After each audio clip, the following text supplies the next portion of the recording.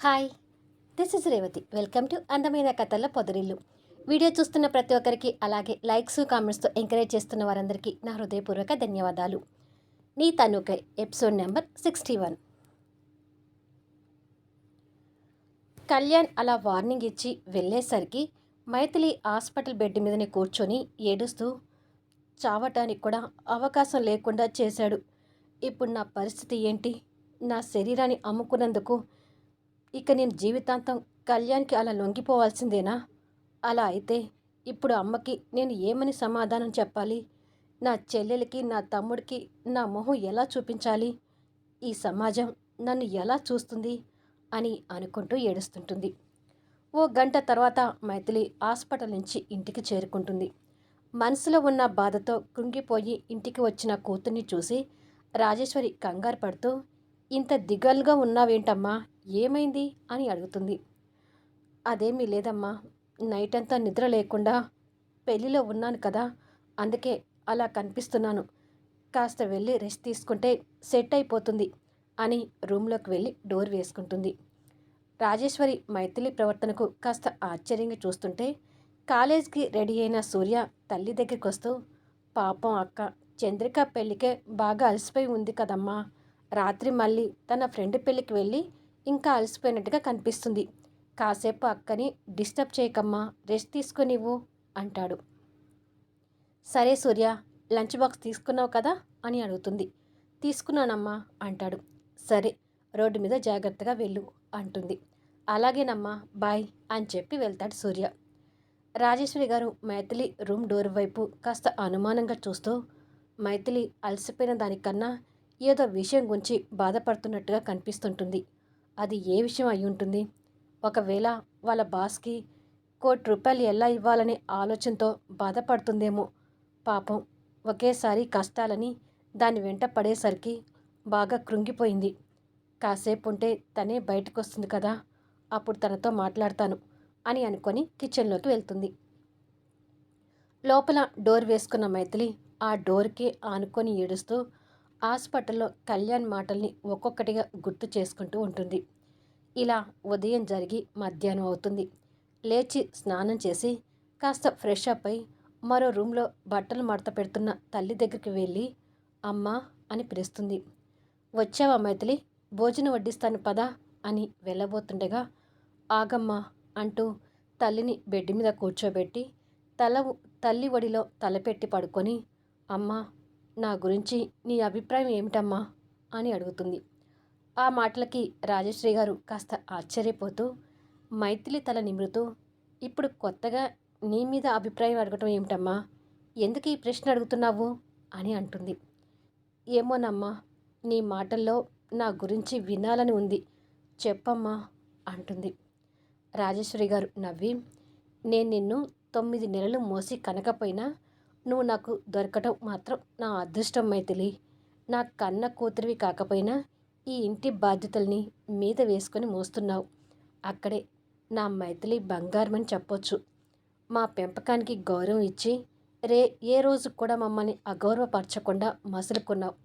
సూర్య, చంద్రిక ఏదైనా పొరపాట్లు చేశారంటే నమ్ముతానేమో, కానీ నీ విషయంలో మాత్రం అస్సలు నమ్మను అని అంటుంది. ఒకవేళ నేను కావాలని తప్పు చేయాల్సి వస్తే నన్ను మన్నిస్తావమ్మా అని అడుగుతుంది. నీకు ప్రాణం మీదకి వచ్చిన తప్పులు పొరపాట్లు చేయవమ్మా. ఒకవేళ నువ్వు కావాలని తప్పు చేయాల్సిన పరిస్థితి వస్తే మాత్రం దాని వెనుక ఏదో సంఘర్షణతో నలిగిపోతుంటావని నమ్ముతాను. దాని నుంచి తప్పించుకోలేక మరో దారి లేక తప్పుడు దారి ఎంచుకుంటావేమో, కానీ నీకు నువ్వుగా కావాలని తప్పు చేయవని నాకు తెలుసు తల్లి అంటుంది ప్రేమగా. ఒకవేళ నువ్వన్నట్టే నాకు వేరే దారి లేక తప్పుడు దారిలో వెళ్తే తర్వాత నువ్వు నన్ను క్షమిస్తావమ్మా అని అడుగుతుంది.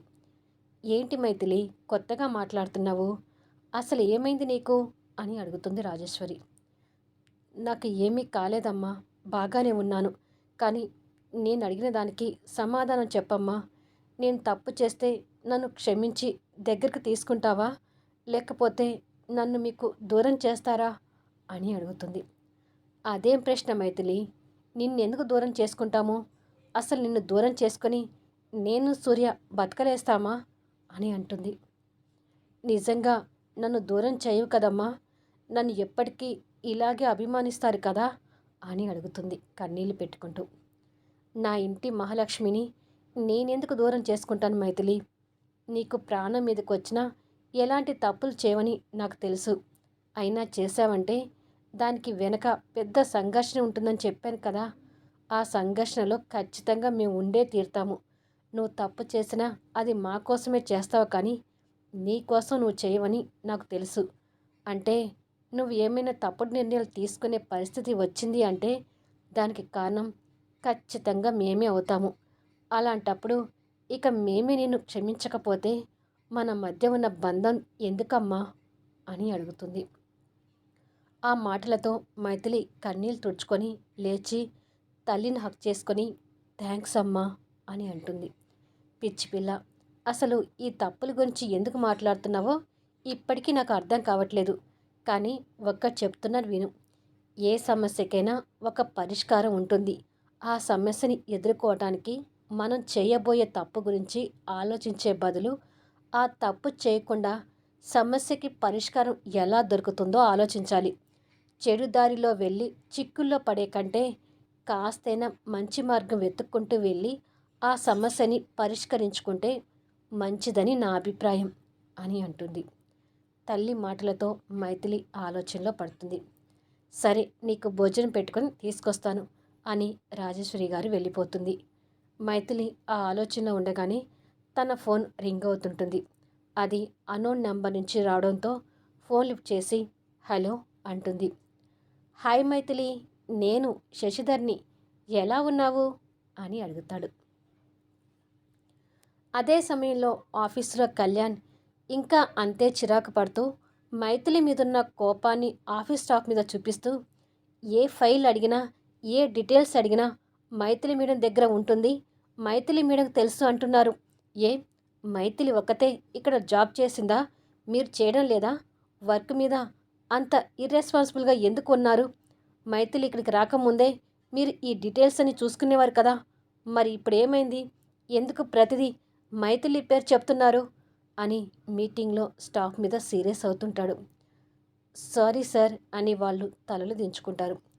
అక్కడి నుంచి కళ్యాణ్ కోపంగా క్యాబిన్లోకి వచ్చి ఖాళీగా ఉన్న మైథిలి చైర్ వైపు చూస్తూ, నా మనసునే చెడగొట్టిందనుకున్నాను, కానీ ఆఫీస్ వర్క్ అంతా మీద వేసుకొని స్టాఫ్ని సోమరిపోతులు చేసి ఈ రకంగా కూడా నన్ను ఇబ్బంది పెడుతుందని ఇప్పుడే అర్థమైంది.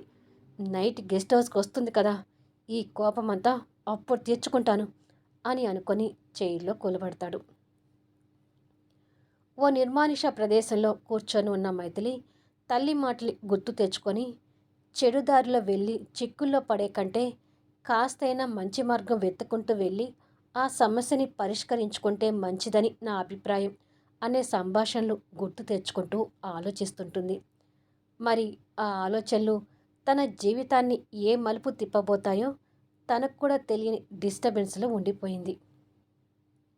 నైట్ 9 అవుతుంటుంది. గెస్ట్ హౌస్లో మైథిలి సైన్ చేసిన అగ్రిమెంట్ పేపర్స్ గాలికి రెపరెపలాడుతుంటాయి. మరొక పక్క డ్రింక్ బాటిల్స్ తాగటానికి రెడీగా ఉంటాయి. అక్కడే ఉన్న కళ్యాణ్ కాస్త చిరాకు పడుతూనే మల్లెపూలతో బెడ్ని డెకరేట్ చేస్తూ, ఇలా బెడ్ని డెకరేట్ చేయడం ఇది 3వసారి. ఈరోజు కూడా నా కోరికలు తీరలేదనుకో, నేను నిజంగా పిచ్చివాణ్ణి అయ్యేటట్టుగా ఉన్నాను అని అనుకుంటుండగా బెడ్ మీదకు డబ్బు కట్టలు పడుతూ బెడ్ మీద పరిచిన మల్లెలు చెదిరిపోతుంటాయి. కళ్యాణ్ ఆ డబ్బు కట్టలను ఆశ్చర్యంగా చూస్తుంటాడు. అలా ఒక్కొక్క డబ్బు కట్ట విసురుగా పడటం చూసి అట్టుగా చూస్తాడు. మైథిలి కోపం, కన్నీళ్ళు, బాధతో ఆ డబ్బు కట్టలని బెడ్ మీదకి విసురుతుంటుంది. కళ్యాణ్ ఒక్కసారిగా షాక్ అవుతూ డబ్బు కట్టలను విసురుతున్న మైథిలిని, బెడ్ మీద పరుచుకుపోతున్న ఆ డబ్బు కట్టల్ని మార్చి మార్చి చూస్తూ ఆశ్చర్యపోతుంటాడు. కొన్ని క్షణాలకి మైథిలి డబ్బు కట్టలు అన్నిటినీ విసిరి చేతులు దులుపుకుంటుంది. కళ్యాణ్ ఇంకా ఆ షాక్లను ఉండిపోయి, ఈ డబ్బేంటి మైథిలి అని పొడిబారిన గొంతుతో అడుగుతాడు. నువ్వు ఆఫర్ చేసిన 10 కోట్లు అంటుంది కసిగా. కళ్యాణ్ ఇంకా షాక్ అవుతూ, "నీకు ఇంత డబ్బు ఎక్కడిది?" అని అడుగుతాడు. "అదంతా నీకు అనవసరం కళ్యాణ్. నువ్వు అడిగినట్టుగానే 10,00,00,000 తెచ్చి పడేశాను. అంటే ఈ డబ్బుతో నీ చెర నుండి నాకు విముక్తి కలిగింది" అంటూ అగ్రిమెంట్ పేపర్స్ దగ్గరికి వెళ్ళి వాటిని చేతిలోకి తీసుకొని కళ్యాణ్ కళ్ళ ముందే వాటిని బరాబరా చించి ముక్కలు చేస్తుంటుంది. అంతగా షాక్ ఇచ్చిన మైథిలిని చూస్తుంటే కళ్యాణ్కి దిమ్మ తిరిగి బొమ్మ కనిపిస్తుంటుంది. మైథిలి ముక్కలు ముక్కలుగా చేసిన అగ్రిమెంట్ పేపర్స్ని కసిగా కళ్యాణ్ ముఖాన విసిరి, "నా అసమర్థతో ఎంతగా ఆడుకున్నావు కళ్యాణ్. నా ఆర్థిక అవసరాలను అవకాశంగా తీసుకొని ₹1,00,00,000కు నా తనువుని కొన్నావు.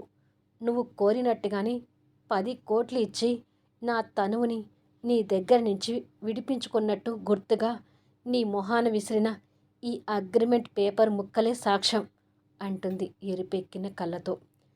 కళ్యాణ్ ఆ షాకులను ఉండిపోయి కింద పడిన పేపర్ ముక్కల్ని చూస్తుండిపోతాడు. మైథిలి కన్నీళ్ళు పెట్టుకుంటూ, "పిచ్చిగా ప్రేమించాను కళ్యాణ్ నిన్ను పెళ్లి చేసుకొని పిల్లా పాపలతో హాయిగా గడపాలని ఎన్నో కలలు కన్నాను. కానీ నా కలల్ని, ఆశల్ని నీ కోరికలతో చంపేసి నా ప్రేమని అవమానించావు. నీ డబ్బు అహంకారాన్ని చూపించి నా ప్రేమ మీద స్వార్థం అని నింద వేసి నిందించావు. 3 కోరికలతో కాదు, 3 ముళ్ళ బంధంతో మన శరీరాలు కలవాలని నచ్చ చెప్పాలని చూశాను. కానీ వినకుండా నీతో పడుకోమని నరకం చూపించావు. నీ కోరికలే నీకు ముఖ్యమైపోయి నా బాధని అర్థం చేసుకునే ప్రయత్నం కూడా చేయలేకపోయావు. నా అసమర్థతో ఆడుకున్న నీలాంటి వాడిని ఏమనాలో నువ్వే చెప్పు కళ్యాణ్" అంటుంది కోపంగా చూస్తూ. మైథిలి మాటలకు కళ్యాణ్ కూడా కోపం తెచ్చుకుంటూ, "డబ్బు తెచ్చావు కదా అని పొగరుగా మాట్లాడుతున్నావా? ఆ క్షణాన నేను ₹1,00,00,000 ఇవ్వకపోతే నీ సమస్యలు తీరేవా?" అని అడుగుతాడు. "ఖచ్చితంగా తీరేవి కాదు కళ్యాణ్. నీ ₹1,00,00,000తోనే నా సమస్యలు తీర్చుకున్నాను. కానీ నా దగ్గర నుంచి నువ్వు ఏమీ ఆశించకుండా ఆ డబ్బు ఇచ్చి ఉంటే నువ్వు నాకు దేవుడిలా కనిపించేవాడివి. కానీ నా తనువుని అగ్రిమెంట్ పేపర్స్ మీద పెట్టినప్పుడే నువ్వు నాకొక రాక్షసుడివి అయిపోయావు" అంటుంది ఆవేశంగా. "మర్యాదగా మాట్లాడు మైథిలి. ఆ రోజు నీకు ఎక్కడ డబ్బు దొరకకని నా కాళ్ళ దగ్గరకు వచ్చి పడ్డావనే విషయాన్ని గుర్తు పెట్టుకొని మాట్లాడితే మంచిది" అంటాడు ఆవేశంగా. "అది గుర్తు పెట్టుకున్నాను కాబట్టే నిన్ను మళ్ళీ కొట్టకుండా ఊరుకుంటున్నాను" అంటుంది కోపంగా. ఆ మాటలకి కళ్యాణ్ ఇంకా కోపంగా చూస్తుంటాడు. "ఆ రోజు నా కష్టాలు తెలియగానే డబ్బిచ్చి ముందు నీ కష్టాలు తీర్చుకొని రమ్మని చెప్పావు. ఆ డబ్బుతోనే నా వాళ్ళని నేను కాపాడుకున్నాను. ఆ ఒక్క విషయం మీద కృతజ్ఞతో ఆలోచించే నీ మీద చేయి చేసుకోకుండా ఊరుకుంటున్నాను" అంటుంది. మైథిలి ఆవేశంతో కూడిన మాటలకి కళ్యాణ్ కోపం పీక్స్లోకి వెళ్ళి, "డబ్బు ఇచ్చావని విర్రవీగకు మైథిలి. ఈరోజు తప్పించుకున్నావేమో, కానీ ఎప్పటికైనా నువ్వు నా చేతిలో నలిగిపోవాల్సిన దానివే" అంటాడు. మైథిలి బాధగా నవ్వి, "ఇక నేను నీకు దక్కుతానని కలలు కనడం అనవసరం. ఆ ఆశల్ని పూర్తిగా వదిలేసుకో. ఈ జన్మకు మిగిలిన నీ కోరికలు తీరవు. గుడ్ బాయ్" అని చెప్పి వెళ్తుంటుంది. కళ్యాణ్ కోపంగా రగిలిపోతూ పూలు చెదిరిపోయి డబ్బు నోట్ల కట్టలు ఉన్న బెడ్ వైపు ఆవేశంగా చూస్తూ బెడ్షీట్ని పీకుతాడు. ఆ పూలు, డబ్బు రూమ్ నిండా పడిపోయి ఉంటాయి. ఇంకా కోపంతో చేతికి అందిన వస్తువులు విసిరి కొడుతూ ఆవేశాన్ని చూపిస్తుంటాడు. తర్వాత మందు బాటిల్ వైపు చూసి దానిని నోటి దగ్గరికి ఎత్తి గటగటా తాగుతుంటాడు. మైథిలి కన్నీళ్ళు పెట్టుకుంటూ బయటికి వచ్చేసరికి బోరున వర్షం పడుతుంటుంది. ఆ వర్షంలో అలాగే తడుస్తూ వెళ్తుంటుంది. ఇక్కడ కళ్యాణ్ ఆవేశంతో బాటిల్ మీద బాటిల్ లేపేస్తుంటాడు. ఉరుములు మెరుపులతో ఇంకా వర్షం పడుతూనే ఉంటుంది. మోహన్ ఇంట్లో కూర్చొని ఫ్రెండ్తో ఫోన్ కాల్ మాట్లాడుతూ, "అవునరా, మరో 10 రోజుల్లో నా ప్రయాణం" అంటాడు. అటు నుంచి మాటలు విని, "లేదురా, ఇండియాకి తిరిగి ఎప్పుడు వస్తానని ఖచ్చితంగా చెప్పలేను. కాకపోతే ఫ్యూచర్లో కాస్త డబ్బులు సంపాదించుకొని వచ్చి ఇక్కడ బిజినెస్ పెట్టాలనే ఆలోచనలో ఉన్నాను" అంటాడు. మరి పెళ్ళెప్పుడు చేసుకుంటావు మోహన్ అని అటు నుంచి ఫోన్లో మాటలు వినపడగానే మోహన్ బాధతో ఏమీ మాట్లాడలేక మౌనం వహిస్తాడు. హలో మోహన్ అని అటు నుంచి వినపడగానే మోహన్ ఆ బాధల నుంచి కాస్త బయటకొచ్చి ఇప్పుడు పెళ్ళి మీద ఇంట్రెస్ట్ లేదురా, దాని గురించి ఏమీ మాట్లాడలేను అంటాడు. ఏమిట్రా, కొంపతీసి లవ్ ఫెయిల్యూరా అని అటు నుంచి మాటలు వినపడగానే డోర్ కొట్టిన సౌండ్ వినిపిస్తుంది. ఫ్రెండ్తో లైన్లోనే ఉండి ఈ వర్షంలో ఎవరొచ్చుంటారు అని అనుకొని డోర్ దగ్గరికి వెళ్ళి ఓపెన్ చేస్తాడు. ఎదురుగా వర్షంలో తడిచిపోయిన బట్టలతో కన్నీళ్లు పెట్టుకుంటూ మైథిలి కనిపిస్తుంటుంది. మైథిలిని ఒక్కసారిగా అలా చూసి షాక్ అవుతూ నేను తర్వాత చేస్తాన్రా అని ఫోన్ పెట్టేసి మైథిలి వైపు చూస్తుంటాడు. మైథిలి కన్నీళ్లు పెట్టుకుంటూ మోహన్ని లైట్గా హక్ చేసుకుంటుంది. మోహన్ తను కనిపిస్తున్న పరిస్థితికి ఆశ్చర్యపోతూనే మైథిలి వెన్ను మీద చేయి వేసి నిమురుతూ ఏమైంది మైథిలి, ఎందుకు ఏడుస్తున్నావు అని అడుగుతాడు. ఈరోజు నా బాధల్ని కష్టాల్ని నీకు చెప్పుకుందామని వచ్చాను మోహన్. కళ్యాణ్ ప్రేమించింది నా తనువునే కానీ నా మనసుని కాదు అని ఉన్న విషయాలన్నీ మోహన్కి చెప్తుంటుంది. కళ్యాణ్ మందు మత్తులో మైథిలి మాటల్ని గుర్తు చేసుకుంటూ ఆవేశంతో జోరు వర్షంలో కార్ డ్రైవ్ చేస్తుంటాడు. అక్కడ మైథిలి చెప్తున్న విషయాలు విని మోహన్ షాక్ అవుతుంటాడు. ఇక్కడ కళ్యాణ్ అంతే మత్తులో డ్రైవ్ చేస్తూ కార్ని ఓ చెట్టుకి గుద్ది యాక్సిడెంట్కి గురవుతాడు. మరుసటి రోజు సాయంత్రం హాస్పిటల్లో లైట్ దెబ్బలతో ఉన్న కళ్యాణ్ కోపంతో ఉన్న గ్రానీని బతిమిలాడుతూ ప్లీజ్ గ్రానీ, ఏదో ఆఫీస్ చిరాకుల్లో ఉండి అలా తాగి డ్రైవ్ చేశాను, అయినా నాకు ఏమీ కాలేదు కదా, చిన్న దెబ్బలతోనే బయటపడ్డాను, ఇంకెప్పుడు అలా తాగను అంటాడు. అనసూయం గారు కన్నీళ్ళు పెట్టుకుంటూ నీకేమైనా అయితే ఈ ముసలి ప్రాణం తట్టుకుంటుందా కళ్యాణ్, అసలు అంతగా నీకున్న చిరాకులేంటి అని అడుగుతుంది. పక్క నిలబడ్డ అర్జున్ కూడా కోపడుతూ రాను రాను నీ పైత్యం ఎక్కువ అవుతుంది కళ్యాణ్, ఏదో అదృష్టం బాగుండి చిన్న దెబ్బలతో బయటపడ్డావు కానీ లేకపోతే ఇంకేమైనా జరిగి ఉంటే ఏంటి పరిస్థితి అంటాడు. అబ్బా, నన్ను తిట్టకురా అర్జున్, ఇంకెప్పుడు ఇలా చేయనని చెప్తున్నాను కదా, వదిలేయండి, నిన్నటి నుంచి హాస్పిటల్ ఉండి బోరు కొడుతుంది, త్వరగా ఇంటికి పంపించమని చెప్పండి అంటాడు. మరి కాసేపట్లో ఇంటికి వెళ్ళిపోతాంలే అంటాడు అర్జున్. అనుకున్నట్టుగానే కళ్యాణ్ ఆ రోజు హాస్పిటల్ నుంచి డిశ్చార్జ్ అవుతాడు. ఆ రోజు నైట్ అంతా కూడా నిద్రపోకుండా ఆవేశంతో మైథిలి గురించి ఆలోచిస్తుంటాడు. ఆ ఆలోచనలతోనే తెల్లవారుతుంది. అయినా ఆ ఆలోచనలకు బ్రేక్ పడకుండా మనసులో తిట్టుకుంటూ చేతిలో ఇరుక్కుంది, ఎక్కడికి పోదులే అనుకున్నాను, కానీ ఇలా డబ్బుతో వచ్చి షాక్ ఇస్తుందని అస్సలు ఊహించలేదు, అలా డబ్బు తెస్తుంది అనుకుంటే ఆ డబ్బు ఆఫరే ఇవ్వకపోయేవాణ్ణి, అసలు మైథిలికి అంత డబ్బు ఎవరిచ్చి ఉంటారు అని ఆలోచిస్తుండగానే ఫోన్ రింగ్ అవుతుంటుంది. చూస్తే శ్రేయ కాలింగ్ అని పడుతుంటుంది. అసలే ఆవేశంలో ఉన్న కళ్యాణ్ ఆ పేరు చూడగానే ఇంకా ఆవేశపడుతూ ఈ మహాతల్లి ఫోన్ చేస్తుందేంటి అని అనుకొని కోపంతో ఫోన్ కట్ చేస్తుంటాడు. అయినా ఆ ఫోన్ మళ్ళీ మళ్ళీ వస్తుంటుంది. ఇన్నిసార్లు కట్ చేస్తున్నా మళ్ళీ మళ్ళీ చేసి విసిగిస్తుందేంటి, ఒకసారి గట్టిగా వార్నింగ్ ఇచ్చి పెట్టేస్తే మంచిది అని అనుకొని ఫోన్ లిఫ్ట్ చేసి ఫోన్ కట్ చేస్తుంటే నీతో మాట్లాడడం ఇష్టం లేదనే కదా అర్థం, మళ్ళీ ఎందుకు కాల్ చేస్తున్నావు అని కోపంగా అడుగుతాడు. ఒకసారి నేను చెప్పేది విని కళ్యాణ్, ఆర్య సూసైడ్ అటెంప్ట్ చేసుకోబోయాడు, హాస్పిటల్లో చావు బతుకుల మధ్య ఉన్నాడు అంటుంది కంగారుగా. ఆ మాటలు వినగానే కళ్యాణ్ ఒక్కసారిగా షాక్ అవుతూ ఏం మాట్లాడుతున్నావు, ఆర్య సూసైడ్ ఏంటి అంటాడు కంగారుగా. శ్రేయ ఆర్య బిజినెస్ విషయాలు చెప్తుంటుంది.